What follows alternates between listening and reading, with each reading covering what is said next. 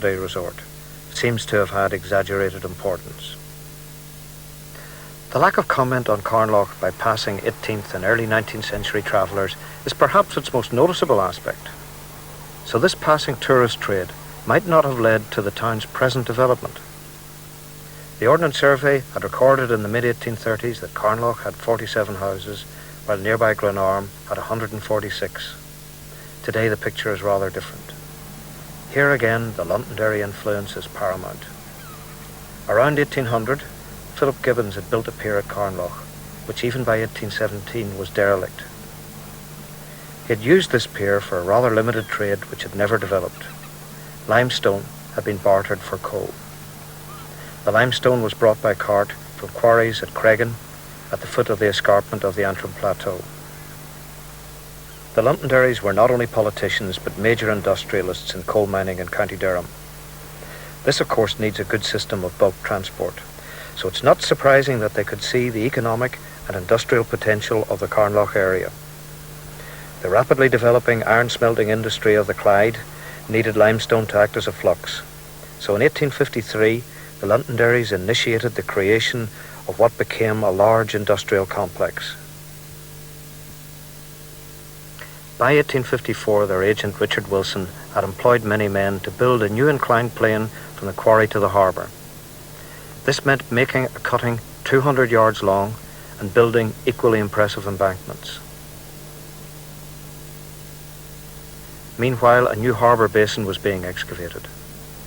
The South Pier was built by stonemasons who also provided arches over the streets in Carnlough.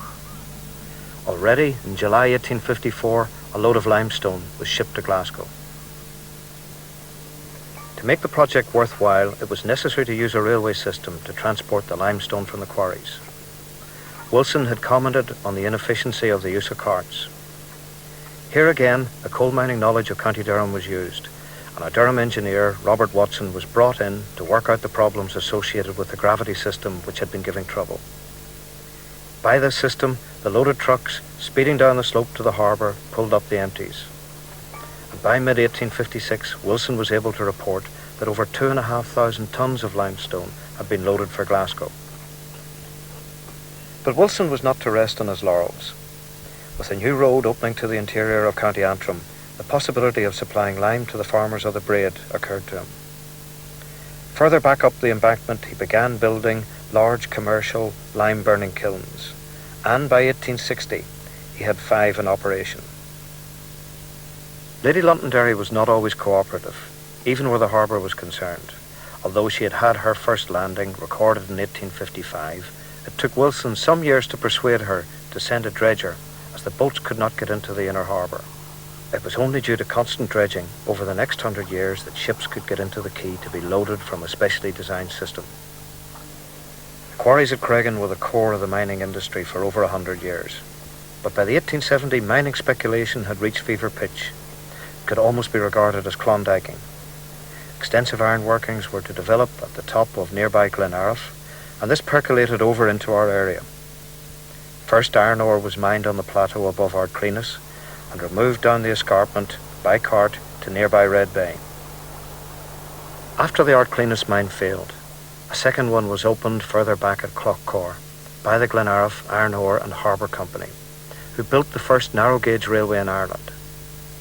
This ran to the northern shores of Garn Point, crossed the coast road on the south side of Red Bay, and ran to a combined wooden and concrete pier.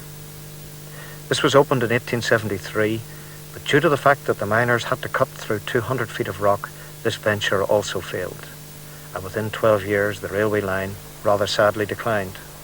The rolling stock was sold off, the railway lines purloined.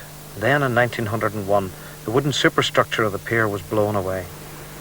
Since then, the 2 odd slabs of concrete have rather incongruously stuck out of the sea. Perhaps the oddest development in the glen was the exploitation of sulphate of ammonia, which began in 1905. It had been found that a basin of peat at the top of the Cranny River was rich in ammonia, for which there was great commercial demand.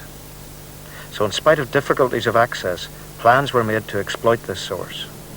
And to the consternation of the Limestone Company, higher wages were offered, and some of their labourers, plus many individuals, described rather colourfully as tramps, flocked to the mountain top to cut peat.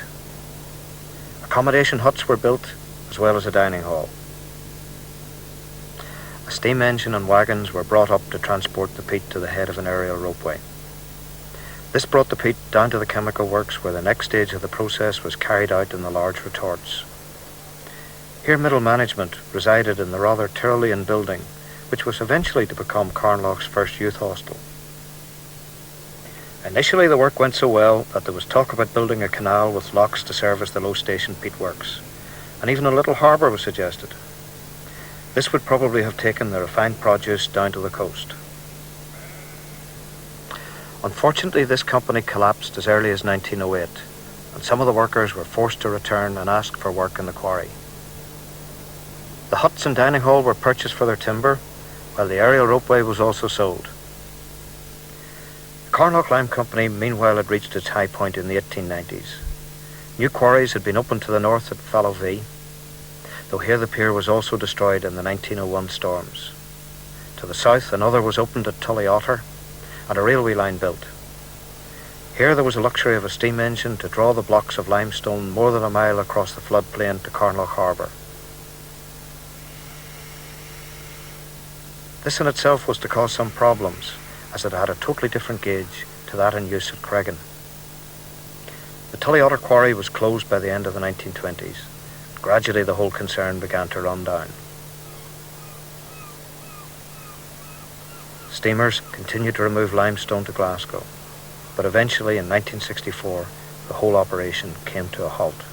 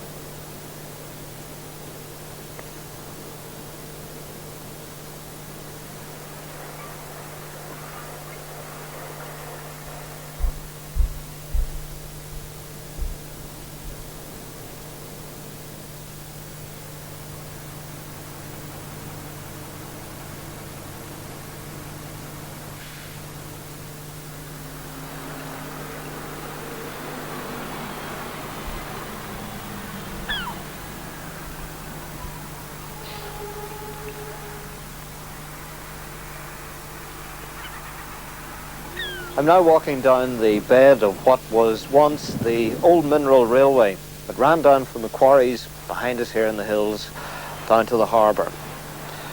It's now a walkway because Carnlough has been declared a conservation area by the Department of the Environment. The village itself has almost reverted in character back to what it was, say, nearly 150 years ago. In other words, it's become once again a little holiday village. Large numbers of people come down here for short periods, perhaps not terribly different from first settlers to come here 9,000 years ago, with one difference. That is that our first settlers came for the nodules of flint. These people presumably came for the sea and the sand. But the area has seen some improvements. Some of the buildings, the derelict buildings of a few years ago, have been renovated and brought back into use. Quite a pleasant addition, in fact, to the village.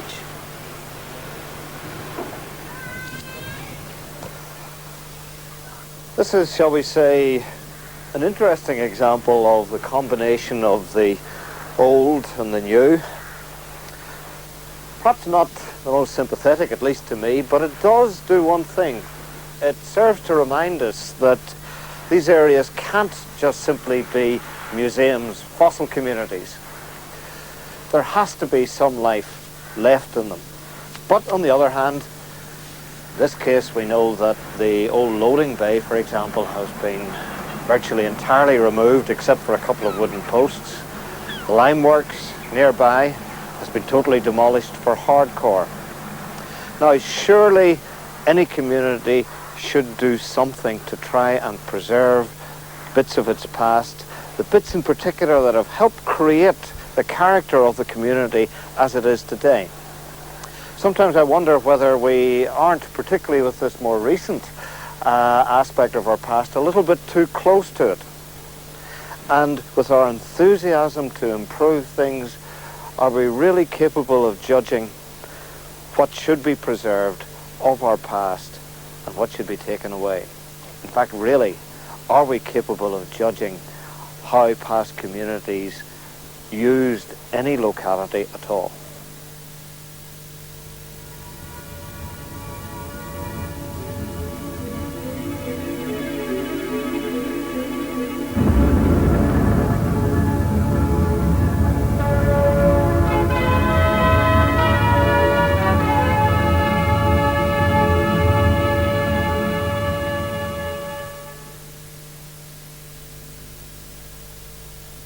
If you'd like to know more about the series, an illustrated booklet from Stone to Stone is available from the Education Office, Ulster Television, Havelock House, Ormo Road, Belfast, BT7 1EB. Price £2.